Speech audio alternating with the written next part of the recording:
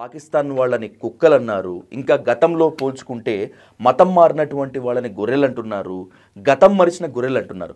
మీకు హిందూ మతం మీద లేదు చిచ్చి గొర్రెలని నేను అంటలేదని బైబిల్ చెప్పింది, నేను అనలేదు. హ్మ్. మిమ్మల్ని ఏమని పిలవాలి? నా పేరు పెట్టి పిలవాలి. పొజిషన్ డిసిగ్నేషన్ జర్నలిస్ట్ అని పిలిస్తే చాలు. అంతేగా. ఇప్పుడు నాకు మీ పేరు గుర్తు రాలేదు అనుకోండి, ఓకే, జర్నలిస్ట్ గారు అనొచ్చుగా, అనొచ్చు, తప్పేం లేదుగా. తప్పేం లేదు. అలాగే వాళ్ళు అలా కన్సిడర్ చేసుకున్నారు. సో బైబిల్లోనే చెప్పారు వీళ్ళంతా గొర్రెలు అని చెప్పి. సో బైబిల్లో చెప్పింది కాబట్టి వాళ్ళు పాపులము మేము సాంగ్ కూడా ఉంది, మీకు తెలుసు. అలాగే ఇంకో పాట కూడా ఉంది, మీకు తెలీదు. ఏసు గాడిదలం, ఏసు చిన్న గాడిదలం, అదో సాంగు. గొర్రెల సాంగు, పాపుల సాంగు. ఇది ఏం జాతి సార్ ఇది?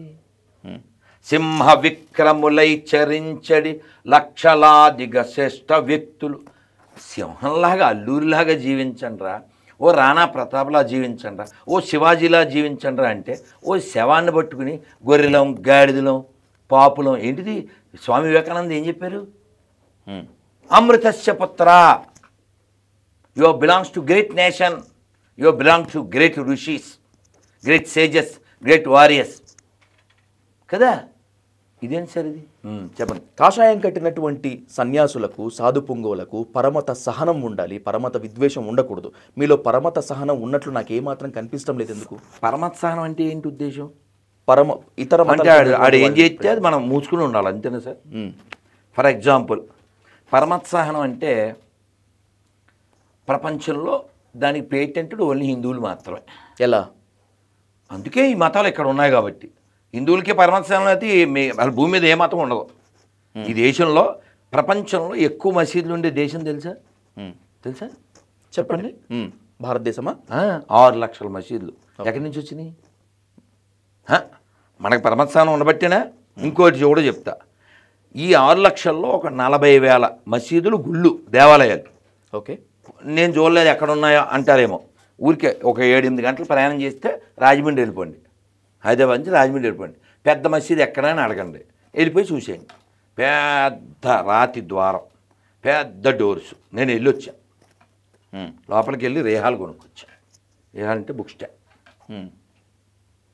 పరమత సహనం మనకే ఉంది. ప్రపంచంలో ఎక్కడైనా గుడి మీద కట్టిన మసీదు ఉండదు, కానీ మసీదు మీద కట్టిన గుళ్ళు ఉండవు. నెంబర్ 1. ఇంకోటి, మీకు మొన్న మధ్య ఆవిడ పేరేంటి, నుపూర్ శర్మ, ఆవిడ ఏదో ఇంటర్వ్యూలో మాట్లాడుతూ ఒక పోలిక ఏదో పోల్చినట్టున్నారు.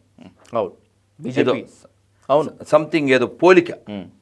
అతను ఏదో శివలింగం అంటే పురుషులది అని ఏదో అంటే దానికి రెస్పాండ్ అయ్యారు. ఇంకా అంతే, ఊగిపోయారు. తర్వాత సంగతులు మనకు తెలుసు, కన్నయ్యలాలు, ఉదయపూరు, ఇవన్నీ మనకు తెలుసు. అతను ఆవిడ ఫోటో పెట్టుకున్నాడని అతన్ని హత్య చేసే టైలర్ని తెలుసు కదా.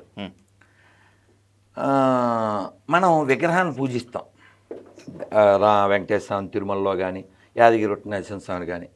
మీరు బైబిల్ ఖురాన్ చదివి ఉండకపోవచ్చు, బహుశా చదివితే మంచిది, చదవండి. చదవకపోతే ఆ రెండిట్లో ఏం రాసి ఉంటుందంటే విగ్రహారాధన వాళ్ళకి వ్యతిరేకం, విగ్రహారాధన వాళ్ళు వ్యతిరేకిస్తారు.